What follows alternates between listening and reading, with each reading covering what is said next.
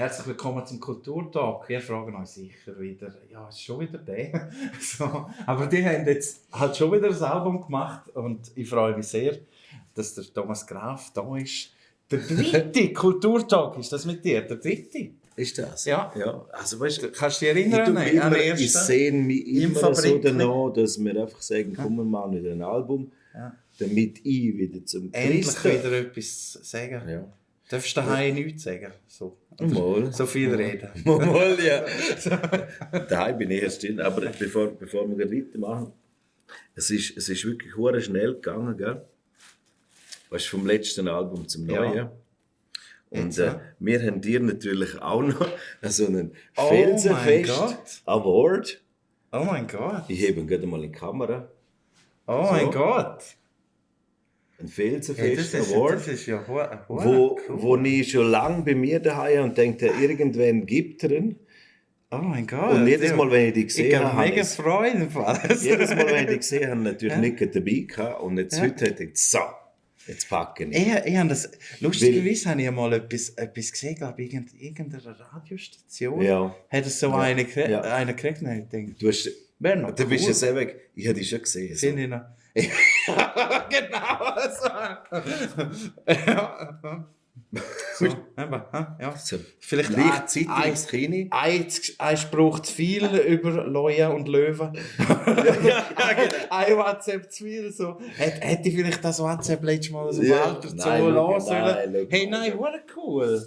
Nein, das ist für dich, das ist schön, weil wirklich. wir das wirklich schätzen, Das ist mega lässig. dass wir immer wieder dürfen zu dir kommen, dass du so schnell bist Ja. mit Berichten. Ja, genau so. Zum Teil fast ein bisschen zu schnell. Also, kann man noch schnell sagen, ich habe noch also, der Manager von Ihnen hat mir eine Medienmitteilung geschickt.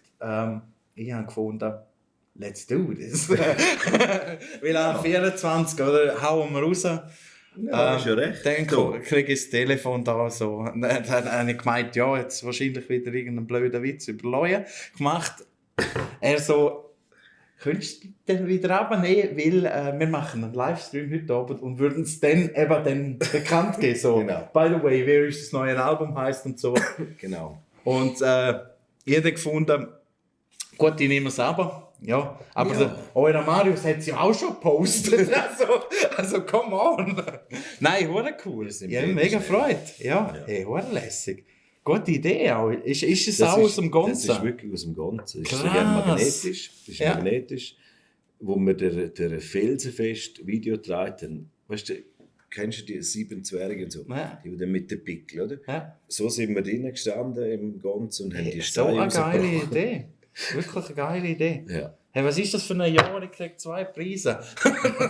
Gewinne nie etwas und krieg 2 Preise. Ja. Hey, cool. Ja. Hey, mega. Wow, jetzt bin ich gerade ein bisschen... Hä? Nein. Also, lass uns über das neue Album aber reden. wir haben zum Glück, schau, jetzt haben wir es noch geschafft, bevor das neue Album kommt. Ja, genau. Eben. Wir sind noch voll in time. Es ist so, als, Ja. Also, ja. Ja. Nein, cool. Ja, neues Album Rockerherz heisst es. Wie fest rockt es wirklich? Das Rockerherz. Ja. Mies. Also, ist- ja, eben, ihr habt ja schon mal so einen Song gehabt mit Leuenherz und jetzt Rockerherz. Also, wie ist die Entscheidung gewesen, dass das Album so heisst? Ist es auch wieder Wir so ein Song gewesen, wo ihr gefunden habt, mal, der repräsentiert das ganze Album am besten? Nein. Wie bei Felsenfest. So. Es ist. Gell, es geht dann Hier und Her und so. Und Rockerherz ist ein Songtitel, wo sehr ein cooler Live-Song wird. Zum Live-Spielen, der ist auch eben mit den Gedanken, mit den Leuten und so.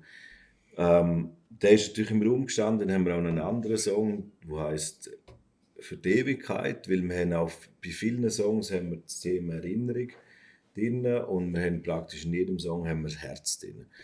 Und dann sind wir so hin und her gewesen, weil... Zwischen das- Erinnerungsherz und Rockerherz.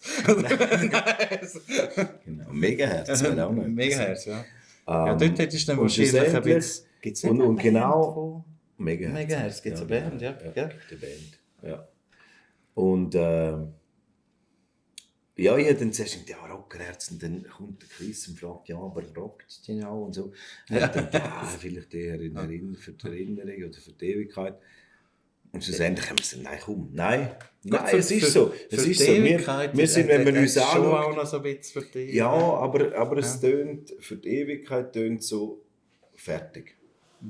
Also weißt du, du kannst quasi als letztes Album könntest du das rausgeben. Weißt du, das tönt so, Best of Megawatt. Also, irgendwie sowas. ja, Oder? also weißt du, es tönt so fertig. Und Rockerherz So ist wirklich das, wie wir jetzt sind.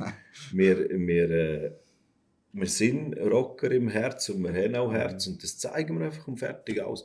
Wir sind Mundart und jeder versteht es, wenn wir einen Song haben, der heisst «Ich liebe dich», wo es übrigens in der ganzen Schweiz Mundart noch keinen gibt, der heisst «Ich liebe dich». Gibt es nicht den von Cool noch? Mal, der heisst doch auch «Ich liebe dich». Wo der Stempf noch bei Cool war, haben sie doch so einen Song gehabt. Ich liebe dich. Der hat auch so «Ich liebe dich» geheißen. Schon. Ja. Musst mal hören. Es ist ein bisschen ja, so für sie auch eher untypisch, so mit ihrem Fun-Punk, aber ja. Also mir haben wir gesagt, ja, aber es hat schon länger keiner mehr gegeben, sagen wir es so. Ja. Er hat dann nämlich dort lustigerweise auch er hat nicht den Bündner Dialekt genommen, hat auch so eine kulturelle Aneignung, wie du jetzt machst, gemacht. Und so einen Bieler Dialekt gesungen. Biel. Und dort habe ich ihn, also er hat dort mal noch in Biel gewohnt, weißt, sie sind ja alle von dort unten. Und dann hat er mir das gesagt, bei ihm sei das eigentlich, weißt, er der so einen Bündner Dialekt hat. Ja, bei ihm sei das eigentlich auch familiär noch recht nah anscheinend. Also, er hat das für meine Kritik völlig nicht verstanden. Ich hätte jetzt eben mega gerne gehabt, weißt, wenn es wirklich «Ich liebe dich» geheissen hätte, weißt, und nicht irgendwie so «Ich liebe dich» heisst er, glaube ich, oder so. Mit noch hinten dran oder irgendwie. Vielleicht tun wir mal Unrecht, wir müssen ihn wieder mal hören, aber es ist irgendwie, hat es mich mega gestört, dass er nicht in dem Dialekt ist, wo er geredet hat. Ich bin ein Purist, ein Pur. So feinfühlig. Ja. Nein, ich finde es wichtig, aber ja, du. Es ist wir haben auch zu deiner Frage, ob es rockt. Wir haben ganz verschiedene Songs drauf. Wir haben Songs drauf, die wirklich gehörig tätscht. Wir haben Songs, wo man Gitarre, richtige, also Riff-Songs.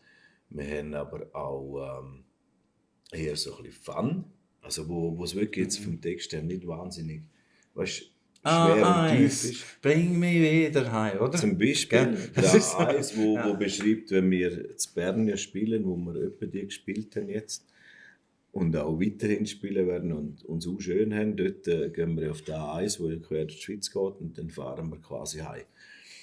Zürich vorbei und so. Und das ist jetzt nicht ein hoher Tiefgang hat er nicht. Ja, wobei es hat ja schon ja, es geht ja schon darum, dass es so ein bisschen Heimweh, ein bisschen Sehnsucht, genau, ja.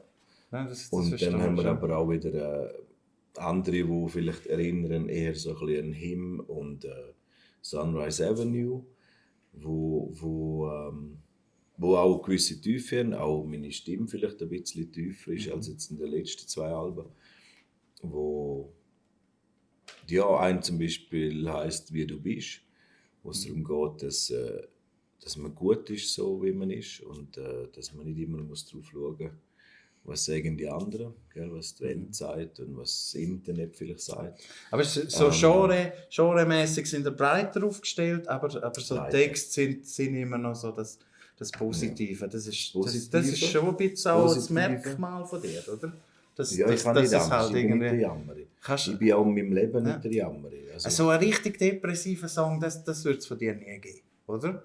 Ich glaube es nicht. Oder melancholisch ist es wahrscheinlich. Vielleicht schon mal, aber jetzt nicht. Aber wahrscheinlich schon immer wieder mit einer Note, dass irgendwo die Sonne aufgeht. Der Hint, die Chance kommt gleich. Ja, genau. Ich glaube es, ja. Es ist jetzt zwar blöd, aber es geht wieder weiter, oder? Ja, ja, wirklich, nein, ich bin nicht der. Wirklich nicht.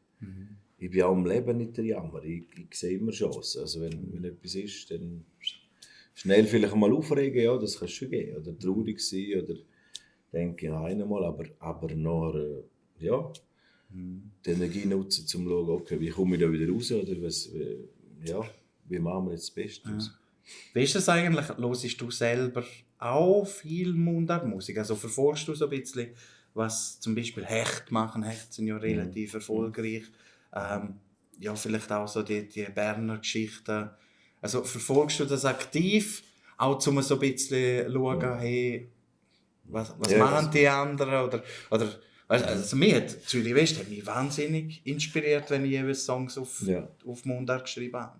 So, nicht bewusst jetzt irgendwie das so quasi mich inspirieren lassen von dem. Nein, aber ich höre es schon auch, oder eben, wenn man mit jemandem zusammen vielleicht, wie jetzt mit dem George so ein Projekt hat, oder wo man gefragt wird und dann, dann höre ich auch ein bisschen diese Musik und befasst dich ein bisschen mit dem, was macht denn er alles und aber nicht, dass jetzt ich intensiv da so strukturiert irgendwie da alles höre. Wir haben natürlich auch schon damals im ersten Jahr im Megamantic, wo wir Covers gemacht haben von Schweizer, oder? Wo wir eben von Spahn, vom Peter Reber, genau, von Plüsch haben wir auch gemacht, Schutzengel, ja genau. Dort hast du dich natürlich auch mal damit befasst, aber jetzt nicht, dass ich da...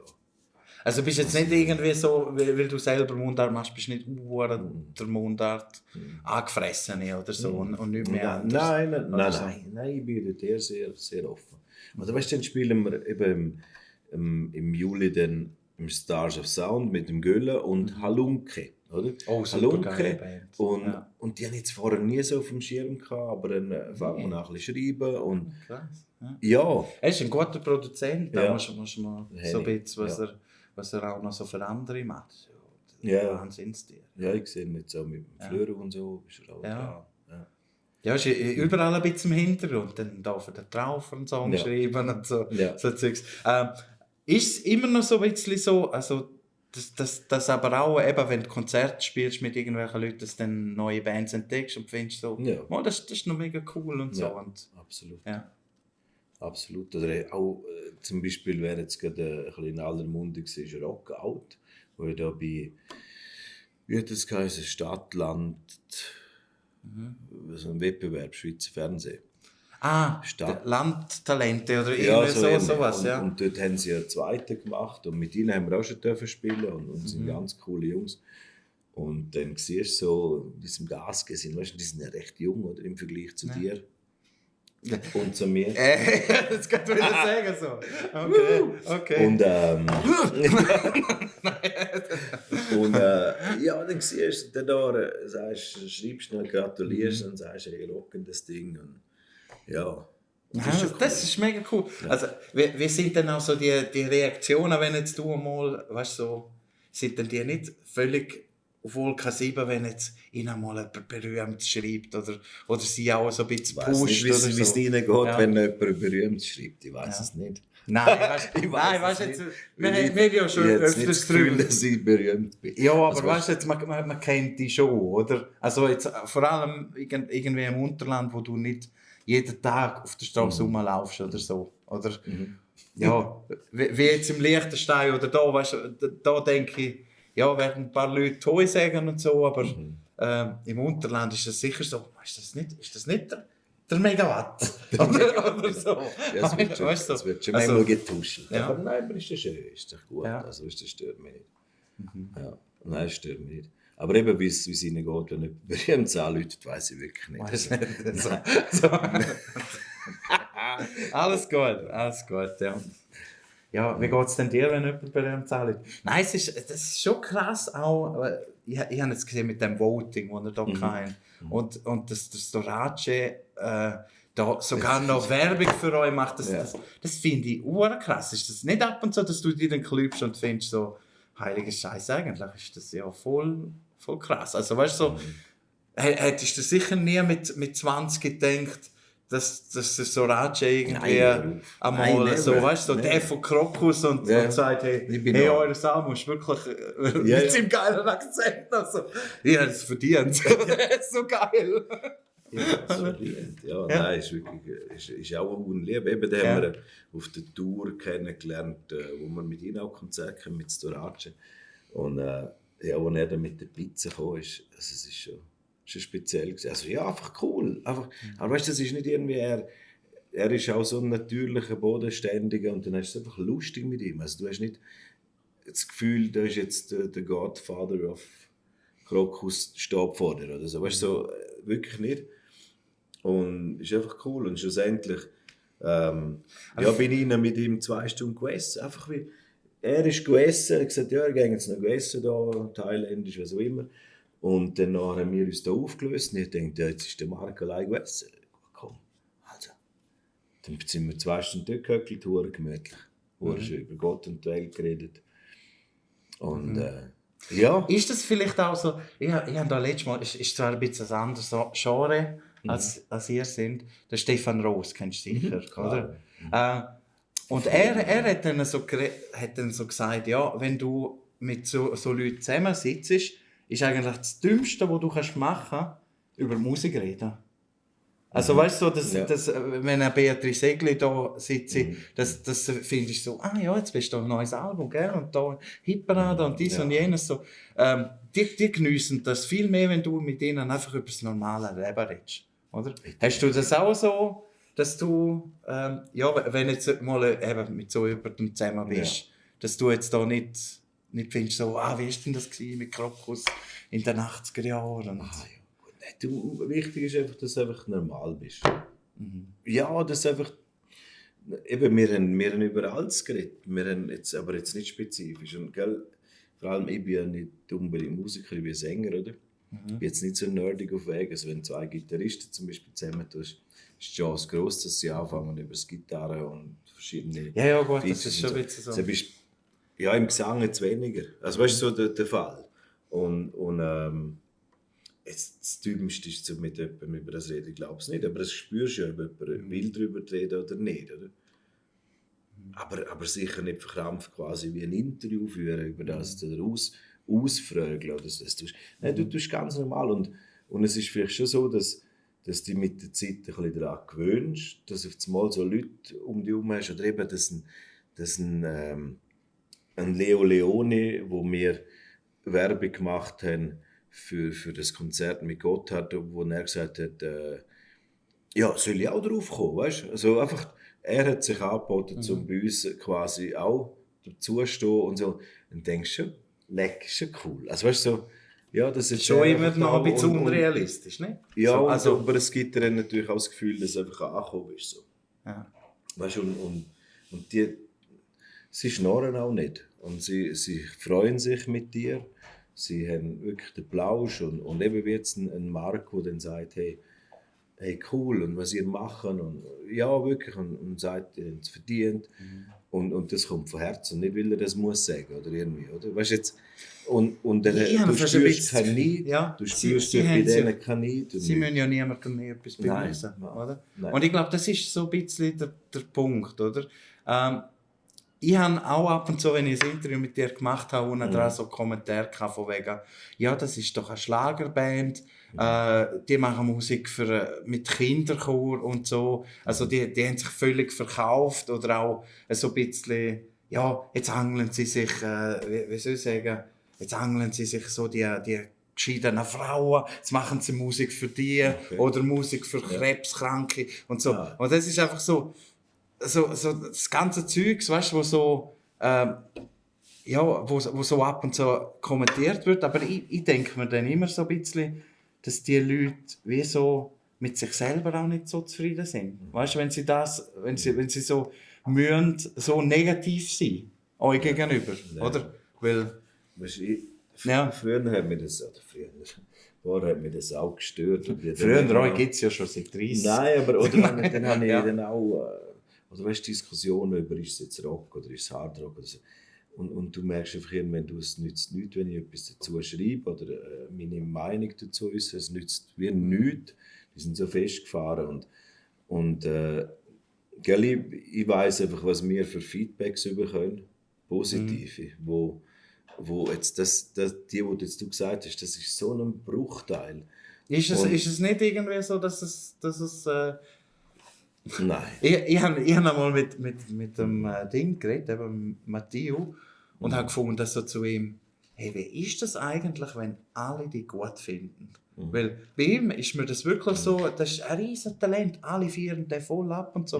Und dann hat er gesagt, ja weißt du, musst eben rechnen, die gut finden und die schlecht finden, die wachsen beide gleichzeitig an und so.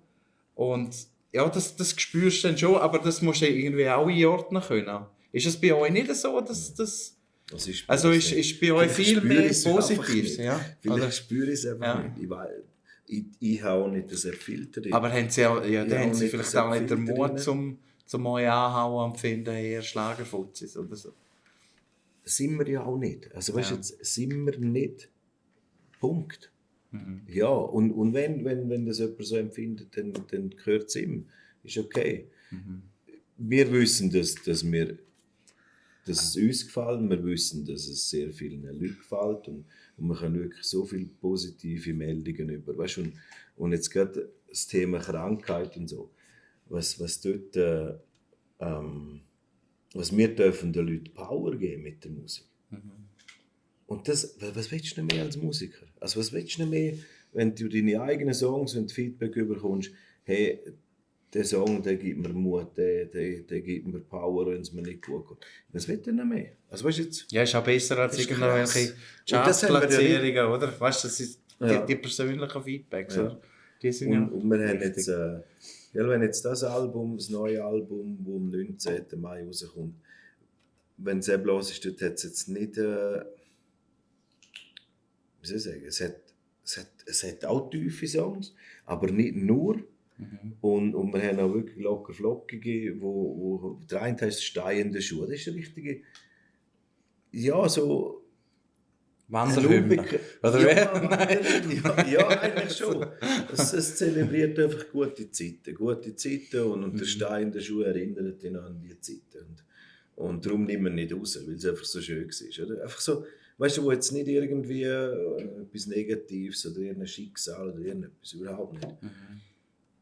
Oder «Wilde Nächte», wo es auch darum geht, eine alte Geschichte von früher, wo man ja, miteinander irgendwo an einen Open Air gefahren ist und dann wilde Nächte erlebt hat. Oder? Irgendwo habe ich mal gelesen, dass es ein bisschen auch so, also das Touren euch mega beeinflusst hat beim Schreiben von dem Material. Ist das so? Also sind da so ein bisschen die Sachen, die ihr auch auf der Tour mitgemacht habt, das Pizzen essen und so. Es gibt nochmal ein neues Album, wenn wir jetzt die Geschichten, die lustigen, gibt ein lustiges Album. Ja. Aber irgendwie habe ich das, oder habe ich das falsch in Erinnerung? So. Es ist ja währenddem wir ja auf Tour waren, auf unserer Herbsttour, haben wir das ja aufgenommen. Oder sind wir im Songwriting dran gewesen. Und dann hast du natürlich wie jetzt bei einem Song «Rockerherz», wo du einfach schon siehst, oder spürst, wie die Leute eine Freude haben, wenn wir den Refrain so und so machen. Weil sie dann mitsingen, weil du einfach die Erfahrung im Rucksack hast, wo vom Wochenende, oder? Und so hat es einfach beeinflusst. Oder eben jetzt das A1, wo wir quasi in der Mühle abfahren am Abend und dann Richtung Ostschweiz fahren. Das würde nicht entstehen, wenn wir nie dort gewesen wären. Weißt du, ich meine, so. Ja, so mit dem Navi vorlesen lassen. Da fahren wir durch. Ja, genau. Würden wir. Ja, genau. Ja. Aber es ist schon ein bisschen auch, dass irgendwie, also ist die Angst vor euch nie da, dass ihr jetzt, wenn ihr neue Musik rausbringt, dass die Leute es vielleicht dann nicht so fühlen wie jetzt irgendwie das erste Album oder das zweite Album. Machen ihr da euch die Gedanken gar nicht? Mal, ich glaube, also das wäre verlogen, wenn man würde sagen, das ist uns wurscht. Das will, ich glaube, es haben wir alle irgendwie das Bedürfnis, dass es anderen auch gefällt. Also, weißt, ja, sicher, also ja. So, aber Angst und Kälte nennen. Oder wie sagt irgendwas Z. Irgendwas Z. Ja. Genau. Nein, wirklich, also nicht Angst. Also ihr lasst es einfach auf euch zukommen, oder? Und ja, wir haben jetzt hier zum Beispiel auch einen Song, wo jetzt die dritte Version auf dem Album ist, weil wir 2 Versionen gekübelt haben. Weil wir einfach gefunden haben, es ist nicht. Da können wir nichts anfangen. So. Was ist denn dort so der Punkt gewesen, was sie so zu Exoten auf dem Album gemacht hätte? Es hat einfach den Text und Musik hat nicht zusammengepasst. Das ist wie wenn du, das ist für wie du bist. Das ist für mich persönlich sehr ein wichtiger Song. Und wenn er dann zu heiter tönt, dann hat er einfach nicht das, was ich will. Was ich spüre. Und wenn ich etwas nicht spüre, und dann spielen wir es nicht live. Also weißt du jetzt... Ja, dann magst du es auch nicht vortragen, nein, oder? Weißt, nein, dann würde ich es auch nicht zeigen. Fühlst du dich verlogen, oder irgendwie so. Auch nicht ja. so, aber jetzt so kommen wir zum nächsten. Also weißt du, so, und das wäre so B-Seite, so klassische, ne? Nein, aber haben wir nicht. Alternative. Es sind 11 Songs drauf dann. Ja, eben, also, was ich mich immer so ein bisschen frage, ist, wieso schreiben ihr, wenn ihr jetzt an einem Album schreibt, der Georg und du, schreiben ihr auch mehr? Also machen ihr 15 Songs und picken nachher die 10 besten raus oder 11 besten, je nachdem. Ich glaube, Felsenfest hat 12. Also zuerst hat sicher 10 drauf gehabt, meinte ich. Das erste ist, glaube ich, 6. Ja. Das zweite 11 oder 12, wenn es mich nicht täuscht. Und das hat jetzt auch wieder 11. Ja. Und 11. 11. Ja, also, und ich als Musiker schaue dann das an und denke, die faulen Sachen. Nein. Ja, genau. Ja, so. Nein, ich habe auch schon Alben gemacht mit was ist, glaube ich, das Maximum, so irgendwie 17, 18 Songs und so. Ja. Und haben es dann auch fancy gefunden und so. Aber letztendlich, wenn du das heute anhörst, könntest du etwa 7, 8 gut weg. Nein. Schon, so, ja. Reduced to the max. Ja. Also ist das der Prozess auch ein bisschen, oder sind ihr einfach effizient, gehen ihr direkt aufs Geöl? Wir sind effizient, aber wir nein, so können wir nicht. 10 ist eher das, was wir so ein bisschen anvisieren. Aber wir haben auch 2 andere, wir haben noch mehr Songs, die wir quasi so ein bisschen im Köchern haben, wo es nicht auf die Alben geschafft haben. Aber es ist nicht so, dass wir einfach sagen, jetzt fangen wir mal an und dann werfen wir da. Weißt du jetzt, es ist nicht so, dass wir 30 Songs schreiben und dann nehmen wir 10 raus oder 11. Sondern das funktioniert schon immer wieder.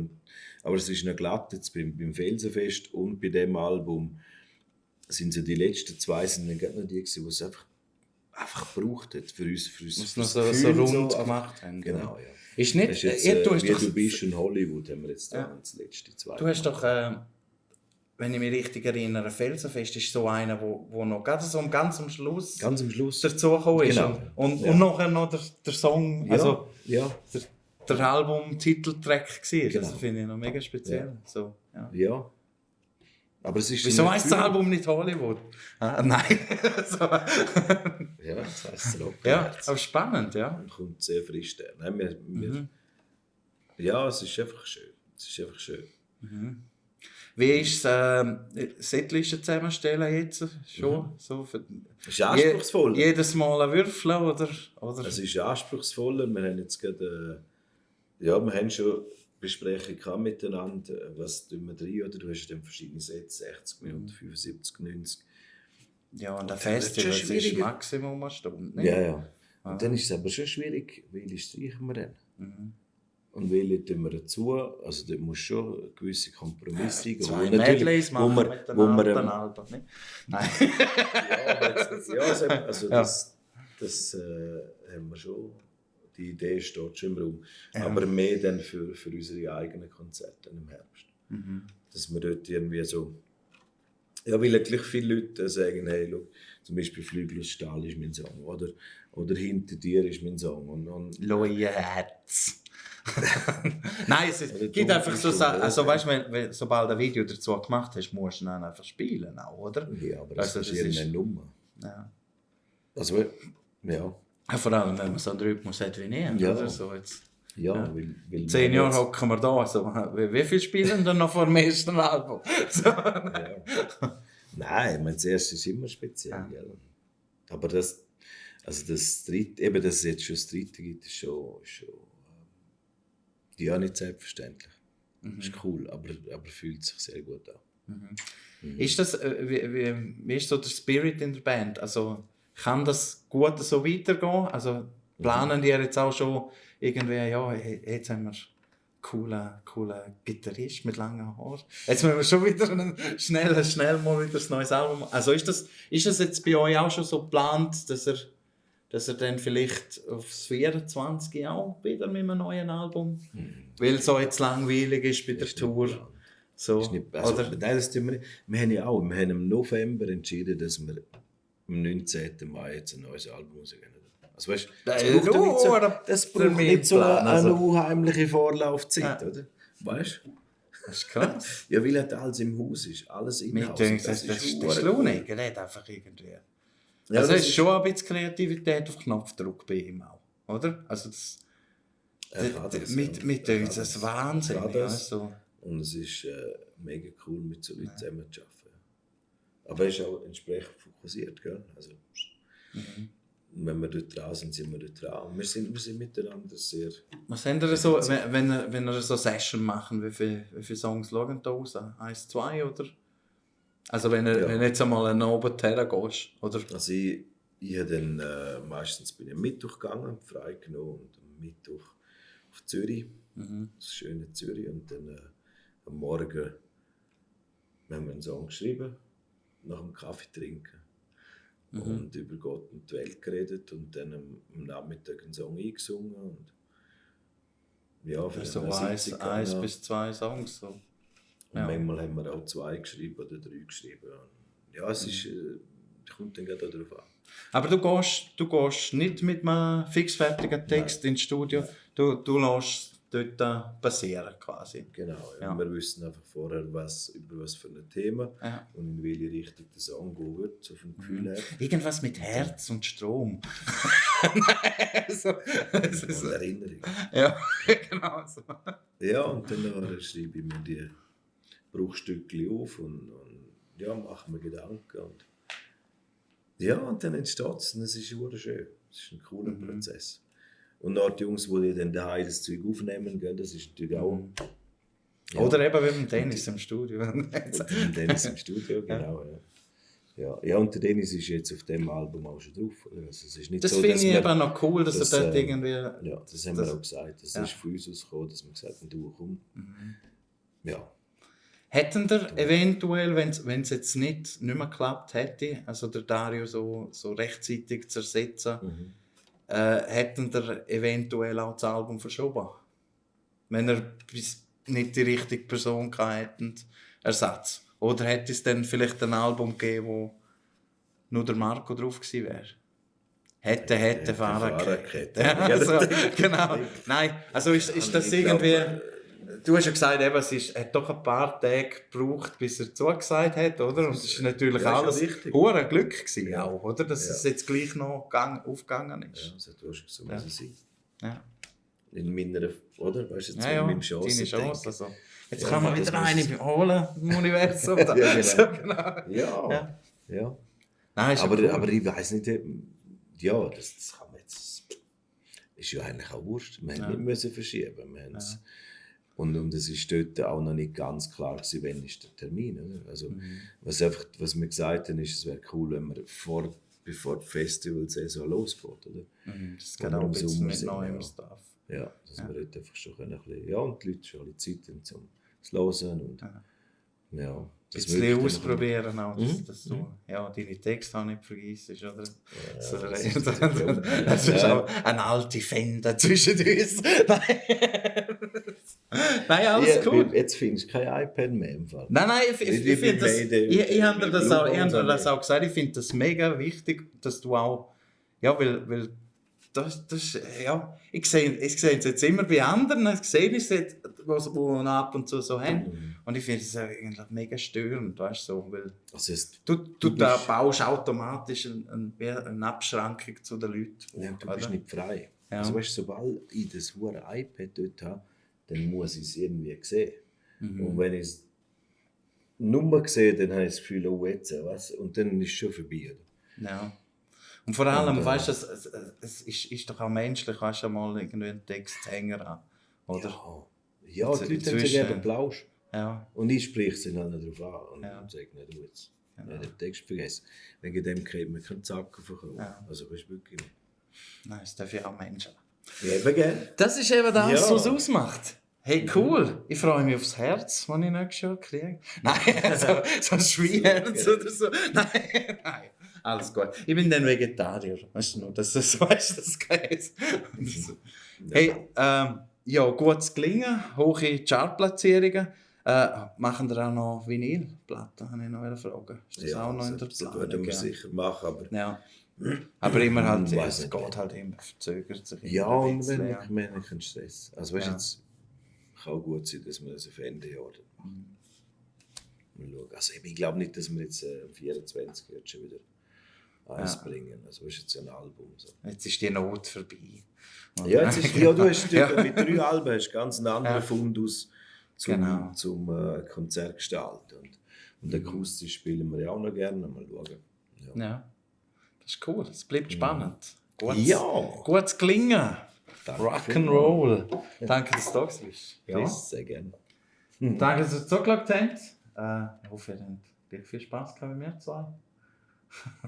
Und ja, bis ein anderes Mal. Danke vielmals. Ciao. Tschüss.